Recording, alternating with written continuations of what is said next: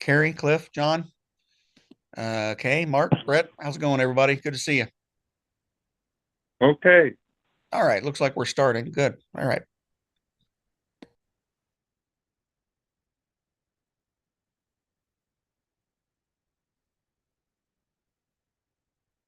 Versus sub-zero temperatures and lots of ice and snow. Chris is saying, he's the only one in the room, Chris Campbell saying, oh, and Jenny. Oh, a few more saying they'd rather have the snow. At least the sun was shining during part of that.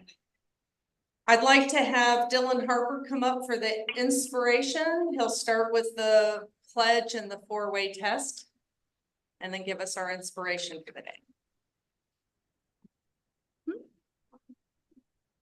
Start with the pledge, then the four-way test. Oh, okay. Hopefully everyone knows it by now. All right, everyone, let's go ahead and do the pledge. Pledge allegiance to the flag of the United States of America and to the republic for which it stands, one nation, under God, indivisible, with liberty and justice for all. And then the four-way test. Is it the truth? Is it fair, law, concern? Will it build goodwill, better friendships? Will it be beneficial to all concerned? All right, you may be seated.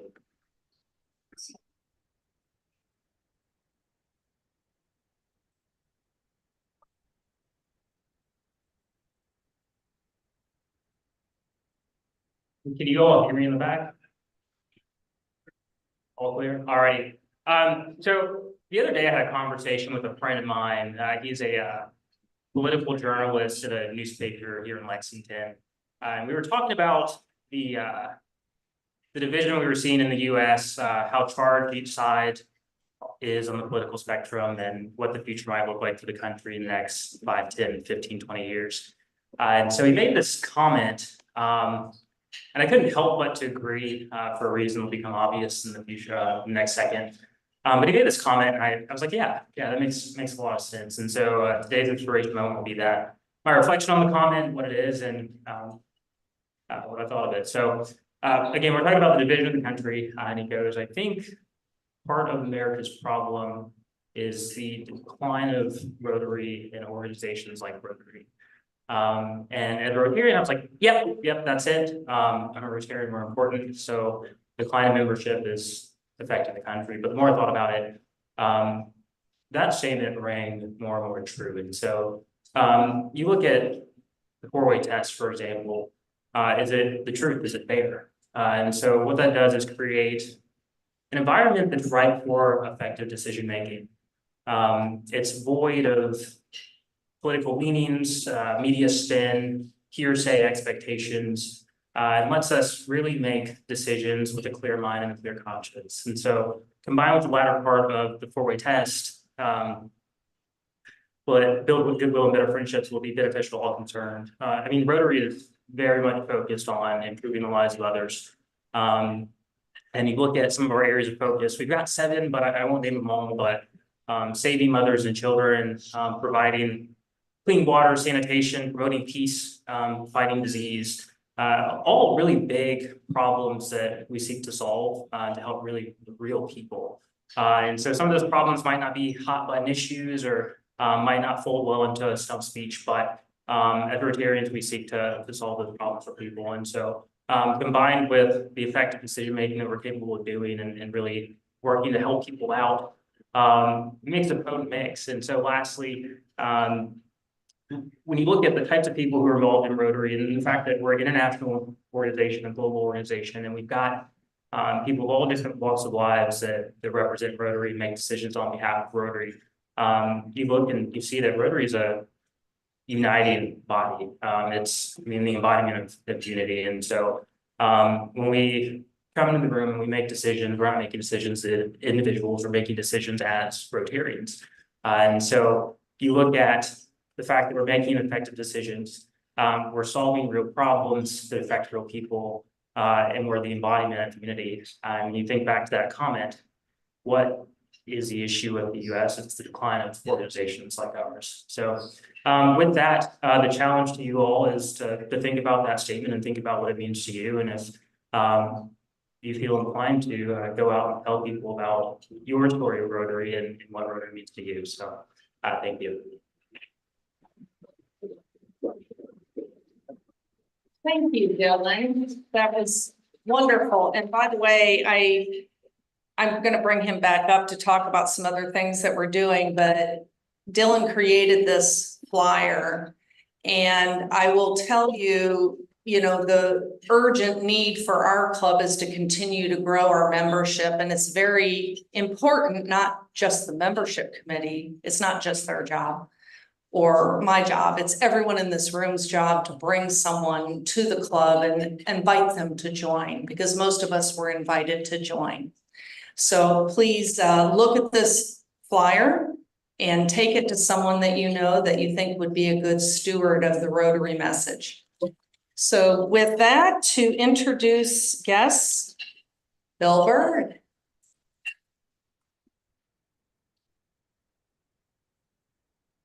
We have the, oh, Dean has it. Okay. Sorry, I got my stuff up here. Hello, my friends. We have one visiting Rotarian today, Paul Leahy from Bloomington Club. Paul?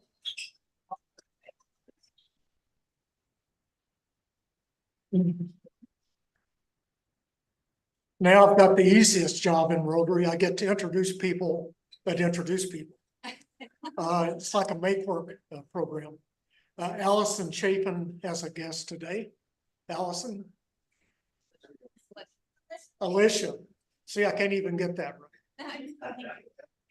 So everybody can know it's Alicia, as you all know. And this is my friend Johnny, who you've met. Hey. Okay. Hey, Tom Lester. Where's Tom? He's up here. You have a guest, Tom? He's waiting in the wings for his other dude. This is going pretty well. No, proud to have my son-in-law, Matt, Goble with us today, and he will be joining the club in February 22nd.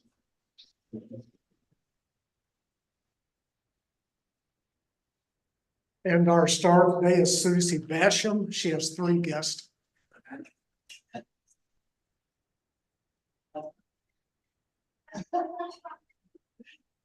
Chip off the old block. I just wanted to introduce my friend Matt. This is Matt Tabb from Messer Construction. We just met through a mutual friend who introduced us. We really just met today, but we've met on the phone several times, so we were excited that he's coming. And then we have my really good friend Karen Griffin. She's from the food bank, and she's the development director of God's Pantry Food Bank. You guys know that we do a lot with God's Pantry, and she's looking to join. And then my other good friend Julie.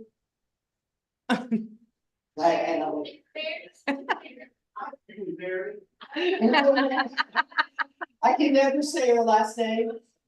Cosman. I'm not a good Cosman, but I do know her with Julie Berry. So, but she's with Bluegrass Farm Charities. She was a long time ago with KT, so she knows Michelle and Barry really well. So we're excited that you came, and hopefully you will look to join. Thank you. And now with the lottery, come on up, Tom. Also, I wanted to say good afternoon, good morning to our Zooming Rotarians. Hopefully you will choose to join us for some fellowship in person when you can here soon. Hello. Okay, the first ticket is 0159. 0159, not mine. Here, I'll go ahead and grab that. Yeah, darn. 0159. Did we sell that ticket? Oh, okay. Debbie Gallagher.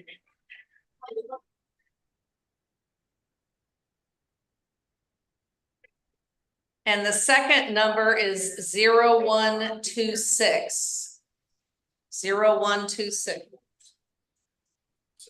Ace of clubs and $337.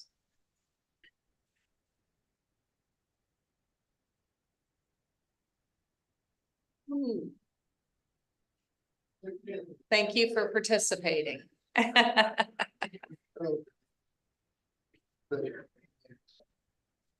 Ooh, a club, but not the right one. All right.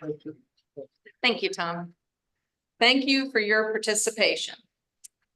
Don't forget to silence your cell phones and try to keep conversation to a minimum and out of respect for our presenters and our speaker, because the voices do carry in this room. Celebrating birthdays this week, Robert Ryan and Kevin Weaver. Thank you, Chris. Happy birthday, gentlemen. Join me, everyone. Happy birthday to you. Is everyone asleep out here?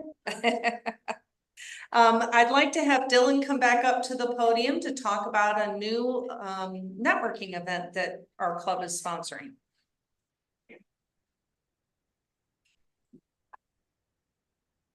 Hello again. So we are starting a new series of events. They're networking events. So it's an open style networking mixer. We can mix and mingle with business professionals and community leaders. We're doing this to help kind of build a new pipeline of potential members, get more people who are involved in the professional side of Lexington who are out and about networking to get them talking about Rotary and get them involved. So our first event will be this Friday or tomorrow. At 8 a.m. 8 a.m. to 9:30 a.m. at Lexington Green, 46 Solutions audio video showroom. So that's again tomorrow at 8 a.m. at the 46 Solutions Lexington Green location. So whether you're working, retired, in the nonprofit side, on the public side, or private business, I would love to have you to provide value to those who attend and also share the good word of Rotary. Thanks. Thank you. Thanks, Dylan. So our social committee has been hard at work coming up with exciting activities for us. We have 2 items coming up in the month of February. February 12th is our murder mystery dinner theater. And if you're planning to come, we need to know. So for space and planning, it's $40 for the dinner and the show. And I think the QR codes on the table maybe take you to get tickets to purchase them on GiftSmart. Also on February 29th, which is our 5th Thursday, we will not be having a meeting on that Thursday. We have our own private trivia night. You can get a team of 4 together or just sign up individually and we can put you on a team and it'll be a lot of fun. It's $5 to attend. What you will do is order off the menu for your dinner and your own beverages. I think Eric Brooks is helping with that event. And is the QR code on the table for that as well? Okay, so another ticket that you can purchase through GiftSmart. So we hope to have quite a few in attendance for these fun events. I'd like to have Dan Miller to come up and present our Cliff Document Award.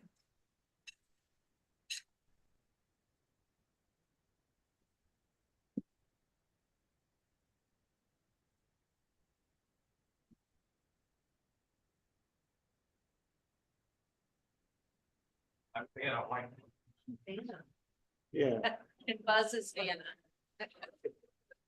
our club certainly has a long tradition of supporting the scouting program. Our history shows it was our first major project.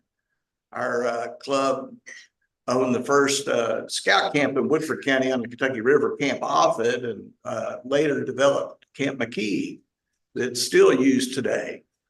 The Document Scouting Award is given by clubs around the world, and also district governors can present one each year. And this year, our recipient, he became an Eagle Scout in his youth and also was an all-star high school quarterback at the same time. And later in life, he became a Cub Master and a Scout Master. He still supports scouting as a board member of the Bluegrass Council. And he's also a member of the most fun and oldest committee, the Scouting BSA Committee. David Jones, come forward. Excuse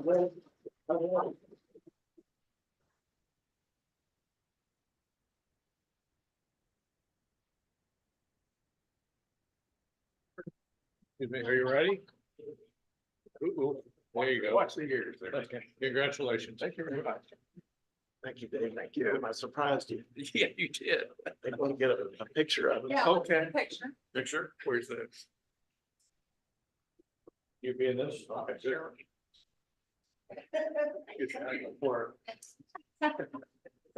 Thank you. Congratulations, sir. Congratulations. Appreciate it. Congratulations, David. I didn't even know all that about you. That's wonderful. And now we have an introduction of our newest Rotarian, Bruce Bell. Please come to the podium.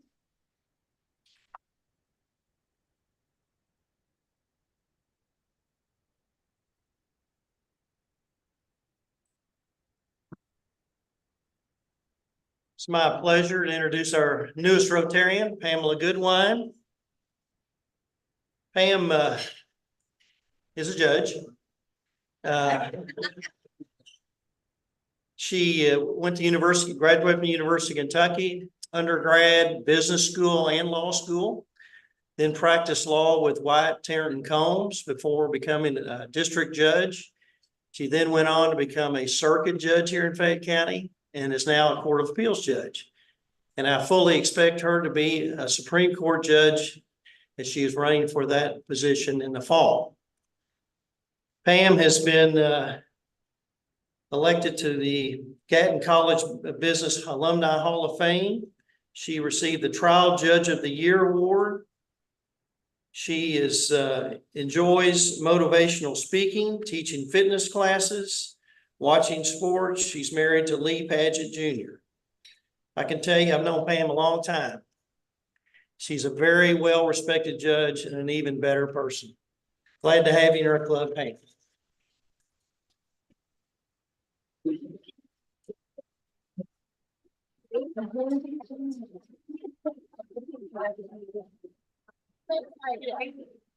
We're so happy to have you. And you're already full schedule, but we appreciate you making time for us. All right, now I'd like to have Bridget Wong come up to the podium to introduce our speaker. Thanks, Kim. You know, it occurred to me about halfway through Stephanie and I's lunch that we were supposed to sit up here, but we sat down here and filled a table anyway. So first off, kudos to Dylan and other Rotarians who yesterday had an incredible showing at Women Leading Kentucky Luncheon. Really great pictures on social media as well. And it's just so much fun to see that kind of doing Rotary differently, really happening and taking hold. And I think we can feel the energy in the room today as a result of something.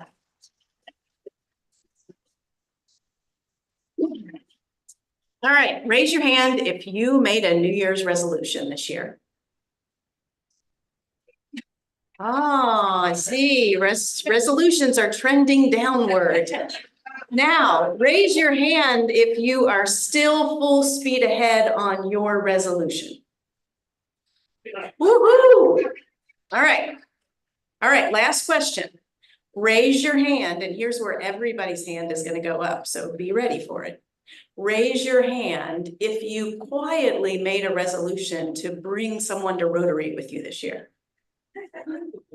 All right, maybe a little peer pressure we need here. Okay, all right. So it's my distinct pleasure to introduce Stephanie Arnold, who is here at the Central Kentucky YMCA. She's a Lexingtonian and gives her time and talent to the Y, to building community and to supporting folks on their wellness journey. And she's going to talk to us today about keeping those resolutions, supporting ourselves, but maybe not being too hard on ourselves in the process. I'm going to introduce Stephanie with her, I understand, maybe soon to be official title of YMCA Hype Girl. So give a warm welcome to Stephanie Arnold at the Central Kentucky YMCA Type Total.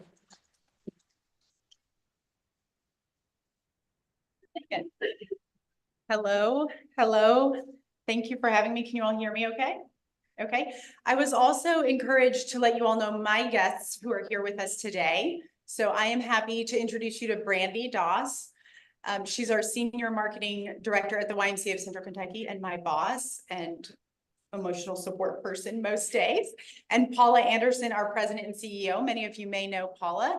They very kindly said that their official capacity today will be my cheerleaders. So thank you all for being here. Thank you all for having me. Yes. Yeah. So my name is Stephanie Arnold. Except for 10 years that I spent in Nashville, Tennessee, I am a lifelong Lexingtonian. Professionally speaking, I'm at the YMCA and currently in the role of marketing with a focus on social media and content. Raise your hand if you're a Y member currently. Yay, thank you. Former Y member, no shame, it's okay. Come back, please come back. We'd love to have you back. Any board members or former board members who've served? Great, thank you all so much. The Rotary has a history of supporting the Y financially, and we're really grateful for that. And every year we see you all participate at our Toyota Bluegrass Miracle League, which is very near and dear to all of our hearts. So we appreciate that support as well. And a group of you came and played pickleball. Is that right? Yes. And whoever made that reel, good job. I saw you on Instagram. So fun. Pickleball is happening at the Y. We're about to be the hub of all things pickleball in Lexington. So before this was my official capacity, I would go around and talk to anyone who would listen to me about the impact the Y can have on individuals, families, and communities. Sometimes I get a microphone to do it, and these are my favorite times to talk about it. The invitation today was to talk about keeping motivated on your wellness and fitness goals 1 month into the new year, which is nice because that's kind of a sweet spot for us at the Y. So thank you for having me. What I'm going to share today are really some observations and learnings that have come to me over 2 decades of living in this space of, in some capacity, of health and habits and really humanness at the YMCA. I'm going to warn you that I have a lot to say. You can ask Brandy, she'll verify, but I mean it all. It's all very sincere. I'm going to back up those two decades and tell you a little bit of my own Y story, and you'll see, I hope later, why this is important. Usually I just say the Y changed my life, and I leave it at that because it's either not exciting to people or relevant. But really, it's the most succinct way to tell you what the Y means to me. It did change my life. But I have found really over these 2 decades that the Y changed my life takes a few different forms for people. The first category of members are people who have had just wildly transformative experiences at the Y. So they've had significant physical health changes, but also mental, emotional, spiritual, and social health changes. And second, there's a category of people for whom the Y has just been a sustaining presence through the years. Maybe a little less sexy as a story, a little less flashy, but equally as important. And I fall into that category. I became a member. It was gifted to me. I met someone yesterday at Women Leading Kentucky who said, oh, someone just gifted me a membership to the Y. And I said, oh, I didn't know anyone else had that experience. That's how I became a Y member. From my parents, and my sister said, you should try a group exercise class. And I went to a step aerobics class of all things, and I never left the Y. I went to one class and never left. On the contrary, I ended up getting certified to teach, and I've been doing that ever since. Shout out to my fellow group fitness instructor, Judge. In those 10 years that I lived in Nashville, I served at the YMCA of Middle Tennessee in wellness and membership director positions. As life would happen, I ended up coming back to Lexington, which is home for me, and started back at Central Kentucky in the summer of 2021. Probably one of the best ways to explain what the Y has meant to me is that when someone says, where were you on September 11th? I was in group exercise at the YMCA. As an extension of my own personal story, my husband likes to joke that no one can actually make you work out at the Y. You can be a member and just go. He spent his time as a Y member in Nashville, sitting in the lobby, writing a manuscript for what would become the book that launched his writing career. So he's actually never worked out a day in his life at the YMCA, but he loves the YMCA. So I have a very special place when I walk through the lobbies of our YMCA and I see people checking their emails or taking phone calls. I have a very special place in my heart for those people. Actually know 2 people personally who have earned their PhDs doing work in the lobby at the Beaumont YMCA. I'm sharing all of this with you. Oh, and I love to find the Ys everywhere I go. This was the significance of this photo. This was London. This was the very first YMCA in London, England. When we were traveling in 2022, I went and tracked it down. It was founded in 1844, and I love to think about all the stories that come out of there. It's fascinating when people learn that you work for the Y. Almost always someone will say, oh, my Y story. Oh, I learned to swim at the Y. I had a lot of happy years at the Y playing basketball with my granddad. There's always a Y story. There seems to be this universal experience and understanding of what it means to be a part of the Y. But every story is unique, and they are all significant in their own way, just like mine, and mine is just one. There are as many stories as there are people in our organization, and that's what we learn. And currently that is about 35,000 members. In 2023, those members tallied just over 1 million visits. It's a lot of foot traffic in and out of our Ys. We served just under 4,800 youth in our youth sports programs, and 2,800 in our before and after school programs, our summer day camps, and our YMCA Black Achievers program. And in 2023, all told, we employed 791 part-time and 164 full-time staff. That's a lot of stories represented in that data. I'm a marketing girl. I love my data to corroborate what I'm seeing happening. But the stories for me are what I really love the most. It's people, it's always going to be people at the Y, and all of them have a story. And that brings us why we're here today. Why do they matter? Well, just like me, just like all of you, every single person, all 35,000, or the few that use it on the regular basis, were a beginner once, and everyone is human. You might go to the Y today, and you might take a good look around and think that every person there is stronger and fitter and healthier than you. And you might be right. Some of them may be. But all of them were a beginner, and all of them are human. So you have at least a few things in common with those people. We are all afflicted with this condition that we call being human. And because the very best thing about our Ys are not the facilities or the programs or the pools or the group fitness classes, even though they're wonderful, the very best thing about our Ys are the people. It's our commitment to being available to everyone in their wonderful, beautiful, messy, crazy humanness. And this idea that we're all only human is how I want to talk to you today about how to stay motivated to keep your health and wellness goals, because at least we have that in common. So I'm going to walk through these 5 tips, and then I'm going to share with you a few people who have applied them in very different ways. So the first tip is to have a plan. Playing off this H of being human, don't overthink this. Whatever the voice in the back of your head is saying, whatever you're maybe a little bit interested in, start there. Is there something that you keep saying you're going to do that you've been meaning to try? Hire a personal trainer, maybe hike all the trails in the area of Lexington. Are you going to join a gym? Have you been saying, I've been meaning to come to the Y? Try pickleball. Once you've identified one or some of those things, use the SMART principle. Probably a lot of you have heard this before. Find something that's specific, measurable, achievable, relevant, and time-bound, and make a plan. That's my first tip for tackling these goals or sticking with them. The second one is probably what I find the most challenging as I thought through this, is to understand yourself, because this requires a little bit of self-reflection. Even with all the support in the world, the people who are your cheerleaders who show up for you, even with the competent, lovely, warm, welcoming staff at the YMCA, some of this is an inside job. So you've got to look at what motivates you, what makes you feel good, what makes you feel great, what makes you feel terrible. What does your doctor say? What are your barriers to sticking to your plan? Someone asked me the other day, when is the Y the least busy? And there are two answers to that. Right now, never. And the second answer is it really doesn't matter. If I tell you that it's not very busy at 2 in the afternoon and you can never get to the Y at 2 in the afternoon, then that should probably not be your plan.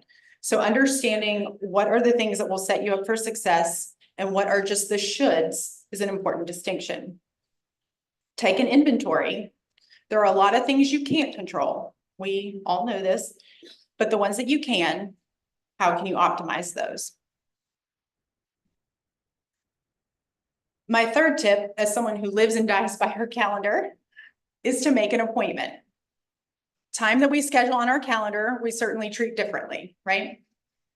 So in a very literal way, we have success appointments where you can meet with a personal trainer or get a group equipment orientation at the Ys. You can have a trainer who will meet you on a very regular schedule. Small group trainings, things that you pay for and have time on the calendar, have a sense of built-in accountability. Those can be really important in establishing your habits or even just to help you show up one time and then the next, right? Group exercise is great. It's a schedule. You all have other people there that you know will meet you. Put it on your calendar. Treat it like you do your other meetings, your lunches, your weekly lunches. There will be always there will be something else you could choose to do.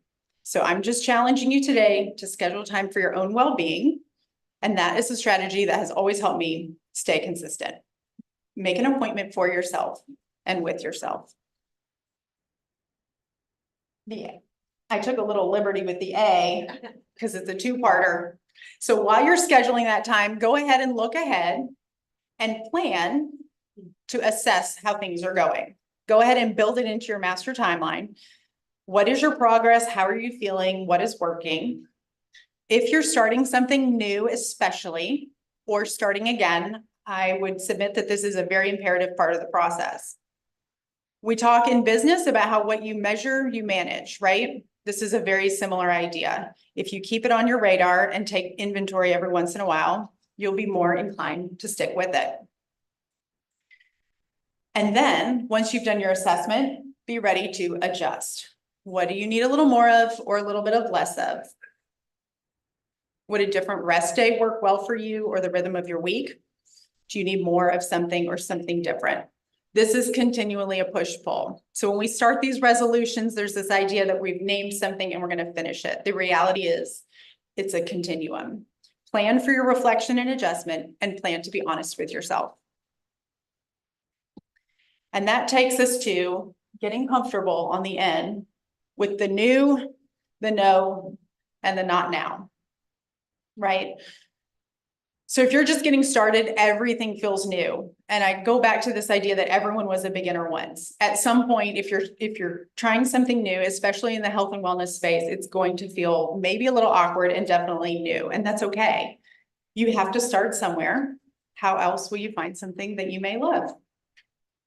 You have survived 100% of the new things you have tried, right? We're all here. So we can keep trying new things. It can be scary, but it can be something life-changing or life-giving. Sometimes it's not. You're not a failure if something doesn't work. I have a no. I have a hard no. I will try any group fitness class, but Zumba is a no for me. I will try all kinds of things, but these hips do not do Zumba. They've done it a couple times and that was enough. I didn't fail at staying consistently active.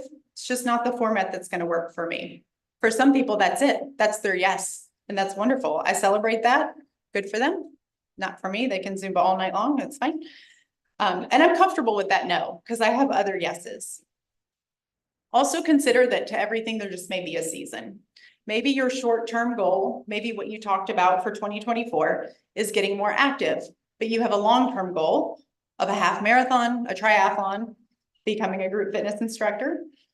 Give yourself the grace and space to try and to grow into your goals and other versions of yourself. Some things will be a no, and some things will just be a not now. So that's the high level 5 tips, right? You have probably in your years of being in spaces like this have heard different versions of this. Have a plan, work to understand ourselves. We make an appointment, we assess and adjust, we get realistic about the new, the no, and the not now. Which all sounds fine, but how do we put that into practice? I know you all don't do this every day, but we do, right? This is the good news at the YMCA. We're here for people with health and wellness goals and caring for people in whole ways and meeting beginners where they are, or people who are starting again. It's just what we do. So there are lots of ways that we do that, and I'm going to share a few with how the Y supports the community trying to reach these goals every day. I have a lot of photos and then a few more stories. We have 5 locations. You may or may not know that the YMCA of Central Kentucky has 4 Lexington locations. We're in Beaumont, right here on High Street. I saw it out this window. There's a very lovely view of the High Street YMCA out here at North Lexington YMCA and the Whitaker Family YMCA. And we have a 5th location in Frankfort, the Prevention Park Y. Every single member is invited to take a free success appointment to help get started on their goals. We have 4 indoor pools, an outdoor pool, and a splash pad. I've already talked to you about pickleball, you guys. It's happening. It's not going anywhere, so come do it at the Y with us. Strength training and personal training. Lots of state-of-the-art equipment. We just replaced a lot of equipment in December, so we're ready for all of you with your resolutions.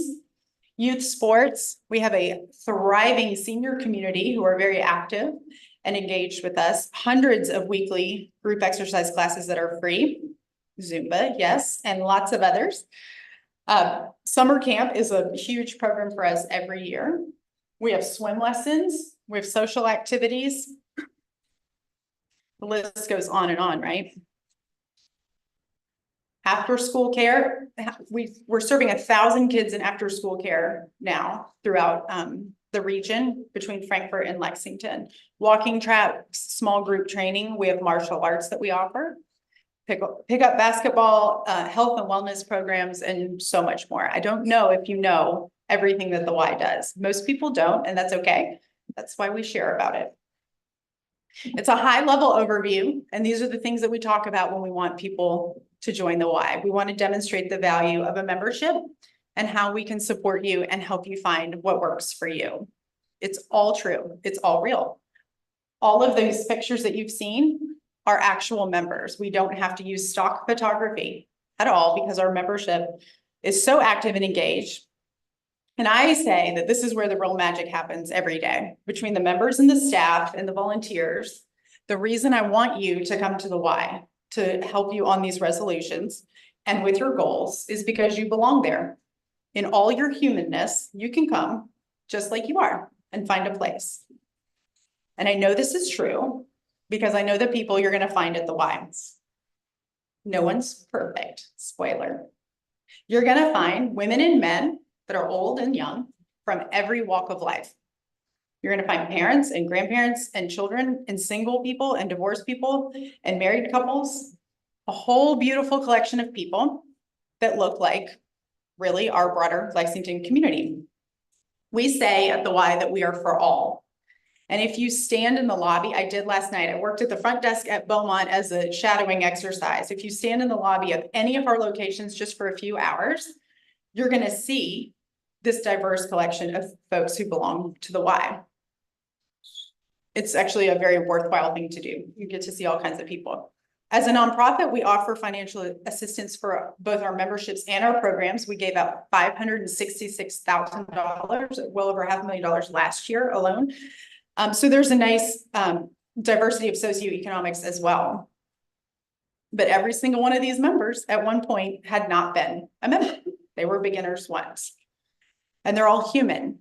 And so I want to talk to you about just a few of them today. And I will lead with, we have a wonderful culture right now of storytelling at the Y, where we have found ways to connect with members who are willing to share their own Y story. So I do have consent for everything I'm going to say. Some of it you might say, I wonder if they know she's saying that, but they have shared all of this with us and we have shared it with our community.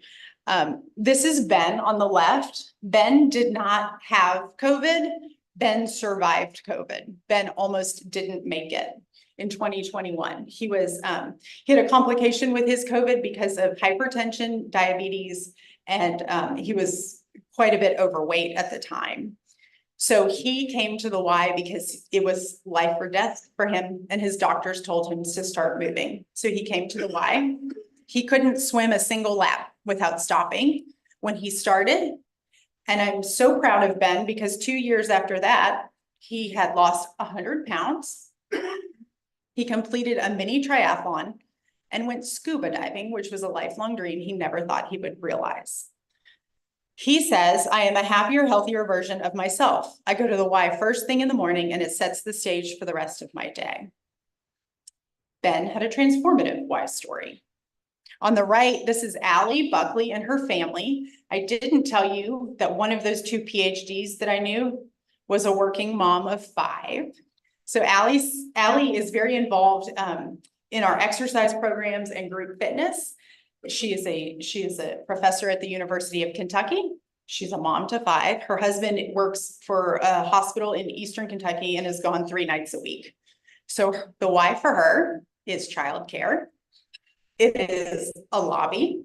It is adult interaction. They are literally and figuratively the poster child for our Kids Corner program at the Y. The kids in Allie's family, they look forward to their 10th birthday. That's the big milestone in their household because then they can walk on the track without mom and dad at the YMCA. That's how they celebrate. They have a sustaining Y story, right? This is Bill. Bill gets a full slide. Bill also was a life or death story, and his actual words to us were, it was either death or it was the YMCA. And I'm sure glad he chose the YMCA. He's a story of having to assess and adjust a little bit because when he first came and tried to lose weight, he started on our land machines, maybe some of the traditional equipment that you think of, treadmills and weight machines, and it hurt his body. He couldn't do it. It was terrible. Fortunately, a caring staff person at the Y intervened and got him in the pool, and he went on to lose about 100 pounds. He came off his medicine. His doctors reached out to us to find out what on earth had happened. Remarkably, through this physical health journey, he restored his mental health as well and reconnected with an estranged son and grandchildren. All coming out of this journey of getting his physical health back. He was definitely a beginner. And last summer, Bill flipped burgers at camp for our kiddos at summer day camp. He's become a dedicated volunteer, a donor, and even a part-time staff person. His story has been radically transformative. Bill has a secret handshake, and if you come to the North Lexington Y, he'll teach it to you, and then you'll be friends for life. Libby was a scholarship kid. She grew up, she went and learned how to swim at the Y, and she attended summer camp at the Y on scholarship. I feel a kinship with Libby because like I was in the Y on September 11th, she was at her Y when man walked on the moon. So she loves to tell that story. She has now become, as a senior, a group fitness participant, a lap swimmer, and delivered her first donation to the Y last year because she had an aha moment that she wouldn't be where she was today if someone hadn't provided scholarship for her at the YMCA. Zach on the right is my newest friend. Last week, I got his story. He's lost 160 pounds in 18 months by showing up every single day. Part of his story is that he was afraid he would feel silly at the Y. And he found something completely different, a warm and welcoming environment. He says, I'm healthier and happier than I have ever been. I can do things with my wife and children that would have not been possible before. And I get to set an example of a healthy lifestyle. Libby, it's been sustaining for her. Zach, transformative. My final examples, I know, I'm wrapping it up, is Tyler. But you got to hear about Tyler. Tyler was part of our Live Strong at the YMCA program. Live Strong provides physical, emotional support to cancer survivors at any point along their journey of cancer. Tyler, I'm just going to read his words. Thanks to the Live Strong at the YMCA program, I was able to regain my physical strength and confidence and am living a full and active life. Live Strong also offered me the opportunity to connect with other cancer survivors who were going through similar experiences. Being able to share this journey with others who understood what I was going through was incredibly validating and empowering. It was transformative for him. And the slide on the right is an empty parking lot. It was a Tuesday night in August. I was teaching a group fitness class outside and I looked around. It was the night before school started. I was sending my only child to middle school the next day for the first time, 6th grader. I had 2 in there who were empty nesting for the first time because they had sent theirs to college. I had 1 young lady who was starting the senior year of high school the next day. 1 had just returned from COVID for the first time. 1 was caretaking her dad through heart surgery. And 1 was there not even a year sober, who has used the Y as a place for a healthy outlet for recovery. I called this in my photo on Instagram that night, I called it sacred ground because that's what it felt like. Everyone in all their humanness shows up at the Y. We show up on our best days and their worst days. And all of that becomes a part of the Y stories that we're all writing. I know it's a lot. I know I've talked a lot. I think I've gone long. And I know it can feel a little bit overwhelming, especially if you've named health and wellness as a resolution this year, but I hope you're also a little bit encouraged. You already have everything you need to be successful and to see your resolution through at the Y, if you'd like to come, or otherwise. It's the humanness in you that won't keep you from reaching your goals or make you quit your resolution, but it's actually the very thing that should give you permission to try and fail and try again. It will reveal your resilience and teach you things about yourself and what you can do and achieve and endure. And collectively, I would say it's our humanness that can ultimately transform our lives, whether radically or in quiet and sustaining ways, because it connects us to each other. Dylan, your opening remarks about the Rotary really hit home for me. I hope you can do some of this at the Y. You're all welcome all the time. And I hope we see you there soon. Thank you so much for having me today. Thank you. I'm sorry. We usually do our hard stop at lunch. But that's okay.